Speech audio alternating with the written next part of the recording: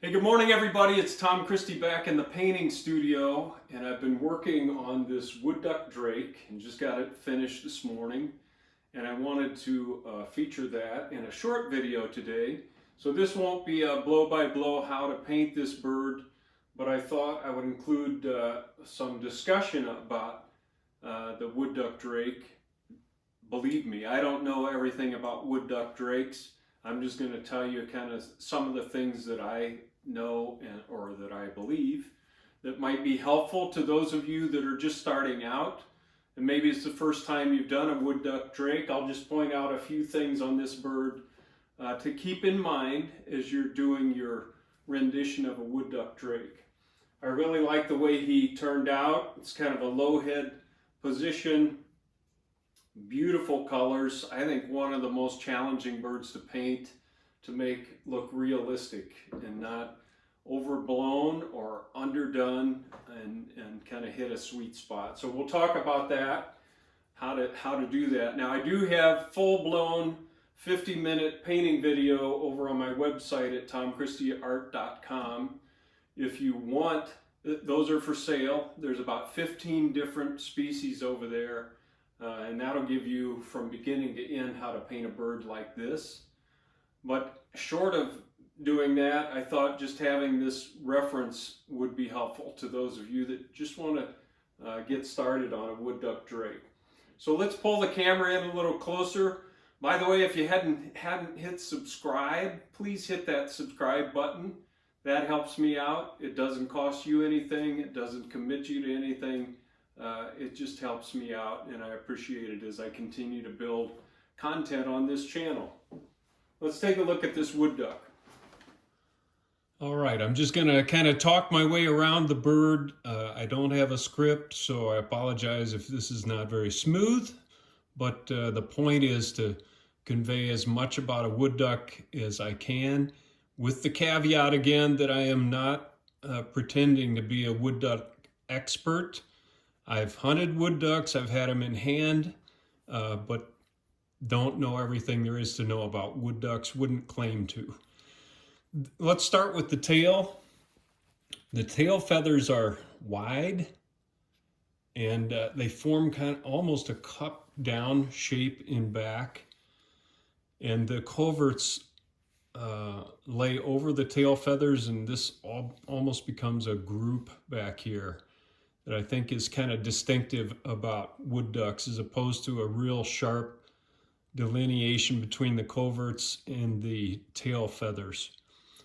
This group of feathers is really unique, and I apologize that I don't know the scientific name of those. I just know they're very characteristic in that location on a wood duck drake.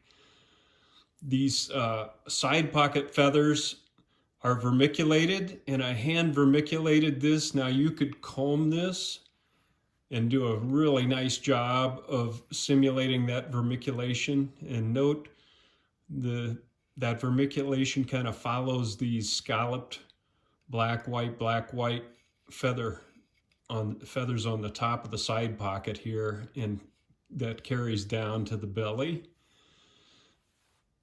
Got the characteristic black and white stripe up front here. There's a little bit of a violet or magenta iridescent area here I've noticed between the neck and the breast itself.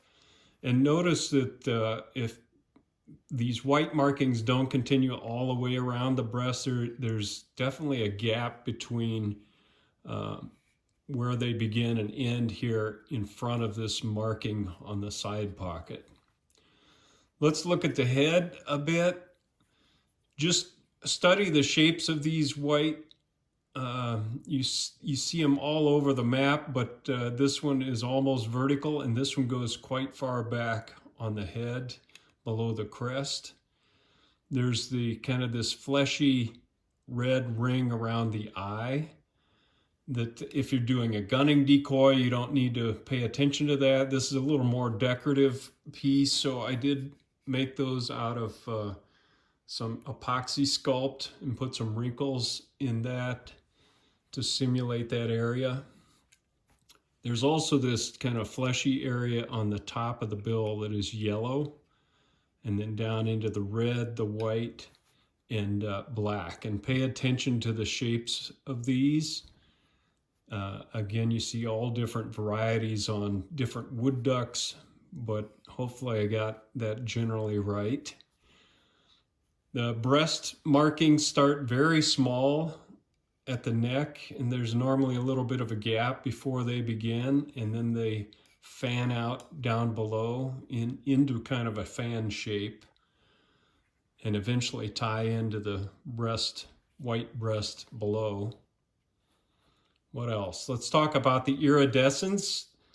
The green on the crown and the side of the head and the side of the crest. This, from my reference, seems to be more of a dark purple, magenta / blue iridescence here. A little bit more magenta here, a little bit of a blue stripe between, then some green, and then a very characteristic kind of magenta colored purple right behind the eye that trails back into the crest in this area. Note the markings, and again, you're going to see all different types of markings depending on the photos that you see and whether the bird has been feeding. I just tried to hit kind of a mid value here, and it comes right off of the yellow and up and over the eye. Nice full crown here, and then in back. Generally, I would say this is broader white stripe down below than up above, but in this particular decoy, I kind of made them both similar. And then this trails back into kind of a deep purple hue at the back of the crest there. Let's talk about the scapulars. The iridescence that I've tried to simulate here is primarily on the upper half of the feather. So there's the quill, and the shine, iridescent shine tends to be on the upper half here. And it goes from blue and transitions kind of over to green in the middle of the back. Again, you see a ton of variation. These big tertials back here tend to have a blue iridescent hue to them. And the shade of the speculum is slightly more bluish green from the reference that I've been looking at, rather than just a bright blue like a mallard would be. Let's look at the primaries. They're very light on this leading edge, and then on the trailing edge on this side of the quill, they go into this kind of iridescent blue shade.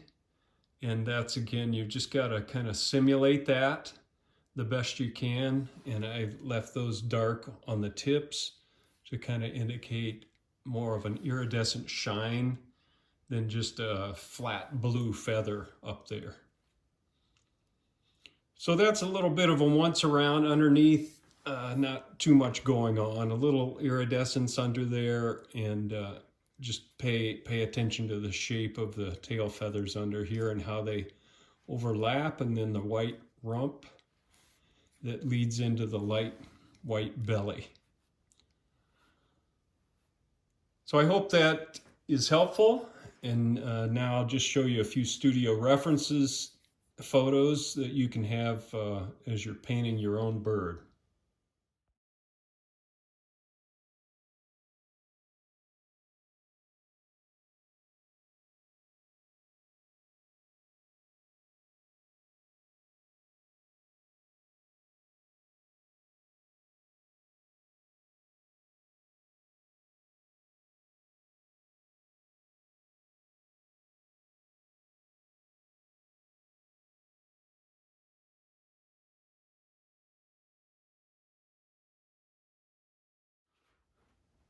All right, everybody, I know that was a pretty quick video, but hopefully this was particularly for people that have not done a wood duck before, maybe don't have access to taxidermy samples, haven't been in the field, haven't seen the birds up close. You've got a lot of photos, but there are some specific things you need to pay attention to in terms of anatomy on a wood duck that's really unique to that species of bird. And I hope what we've covered here today will be helpful to you as you tackle a wood duck drake for your own project. This is Tom Christie signing out. See you next time. Good carving, good painting to you.